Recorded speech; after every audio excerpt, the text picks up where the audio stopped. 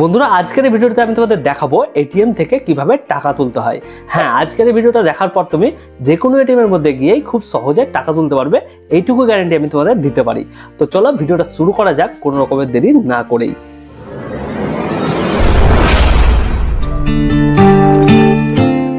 তো বন্ধুরা, টাকা তোলার জন্য যে কোনো এটিএম এর মধ্যে গিয়ে প্রথমেই তুমি যেটা দেখতে পাবে সেটা হচ্ছে এখানে একটা বড় এটিএম মেশিন আছে, যার উপরে একটা স্ক্রিন আছে, আর ঠিক তার নিচে এই জায়গাটায় একটা কার্ড ঢোকানোর জায়গা আছে, আর তার পাশে একটা ছোট্ট কিবোর্ডও আছে। তো এবার প্রথমেই তোমাকে যেটা করতে হবে সেটা হচ্ছে তোমার কাছে যে এটিএম কার্ডটা আছে সেই এটিএম কার্ডটা এই কার্ড ঢোকানোর জায়গাটায় ঢুকিয়ে দিতে হবে ঠিক এইভাবে। আর এখানে তোমাকে খেয়াল রাখতে হবে কার্ডের উপরে এই যে চিপ লাগানো আছে এই চিপটা কিন্তু সবসময় ওপরের দিকে থাকতে হবে। তো তুমি কার্ডটা ঠিকঠাকভাবে ঢুকিয়ে দেবে, আর কার্ড ঢোকানোর পরে তুমি এটিএম এর স্ক্রিনের দিকে দেখো এইখানে একটা লেখা চলে আসবে, hi please do not remove your chip card, leave your card inserted during the entire transaction. এটার মানে হচ্ছে কার্ডটা তুমি বের করবে না যতক্ষণ না ট্রানজাকশনটা কমপ্লিট হচ্ছে, কার্ডটা তুমি ভেতরেই ছেড়ে দাও। এরপর তোমাকে এখানে ল্যাঙ্গুয়েজ সিলেক্ট করার জন্য বলা হবে। তো এই যে তিনটা ল্যাঙ্গুয়েজ তুমি দেখতে পাচ্ছ তার মধ্যে তোমাকে এখানে ইংলিশটাকে সিলেক্ট করে নিতে হবে। আর ল্যাঙ্গুয়েজ সিলেক্ট করার পরেই এখানে দেখো অনেকগুলো অপশন তোমার সামনে চলে আসবে, আর এই অনেকগুলো অপশনের মধ্যে তুমি এখানে একটা অপশন পেয়ে যাবে উইথড্রল। তো তোমাকে টাকা তোলার জন্য সিম্পলি এই উইথড্রল লেখা অপশনটার উপরে ক্লিক করে দিতে হবে। আর ক্লিক করার পরে এবার তোমাকে এখানে অ্যামাউন্ট এন্টার করার জন্য বলা হবে। আর নিচে কি লেখা আছে দেখো, এখানে লেখা আছে ক্যাশ অ্যাভেলেবেল 500 আর 200।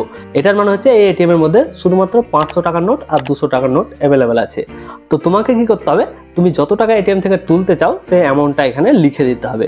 আর অ্যামাউন্টটা ঠিকঠাকভাবে লেখার পরে, যেমন দেখো আমি এখানে 1000 টাকা লিখে দিয়েছি, আর অ্যামাউন্টটা ঠিকঠাকভাবে লেখার পরে এখানে তোমাকে ইয়েস লেখা অপশনটার উপরে ক্লিক করে দিতে হবে। আর ক্লিক করার পরেই এবার সব থেকে যেটা ইম্পর্টেন্ট পার্ট সেটা হচ্ছে তোমাকে এটিএম পিন এন্টার করতে হবে। তো তোমার এটিএম পিন তুমি অবশ্যই জানবে, সেই এটিএম পিনটা তোমাকে এখানে লিখে দিতে হবে। আর বন্ধুরা এখানে আমি একটা কথা বলতে চাই, যদি তুমি তোমার এটিএম পিন কখনো ভুলে যাও তো এই টপিকের উপর আমি অলরেডি একটা ভিডিও বানিয়েছি, যদি তোমরা ওই ভিডিওটা দেখতে চাও তবে উপরে আই বাটনে ক্লিক করে তোমরা এই ভিডিওটা দেখে নিতে পারো যে এটিএম পিন ভুলে গেলে কিভাবে সেটা আমরা ঠিক করতে পারবো। তো যাই হোক, এটিএম পিনটা তুমি ঠিকঠাকভাবে এখানে লিখে দেবে। আর এটিএম পিনটা ঠিকঠাকভাবে লেখার পরেই দেখো এটিএম এর স্ক্রিনে একটু প্রসেসিং হবে, আর কয়েক সেকেন্ড প্রসেসিং হওয়ার পরেই দেখবে এখানে একটা লাইট ব্লিঙ্ক করতে শুরু করবে, আর তার সাথে সাথে এটিএম এর ভেতর থেকে টাকা গোনার মতো একটা সাউন্ড তুমি শুনতে পাবে। আর এটার মানেই হচ্ছে এখনই আমার টাকাটা এটিএম এর ভেতর থেকে বেরিয়ে আসতে চলেছে এই যে এই জায়গাটা দিয়ে।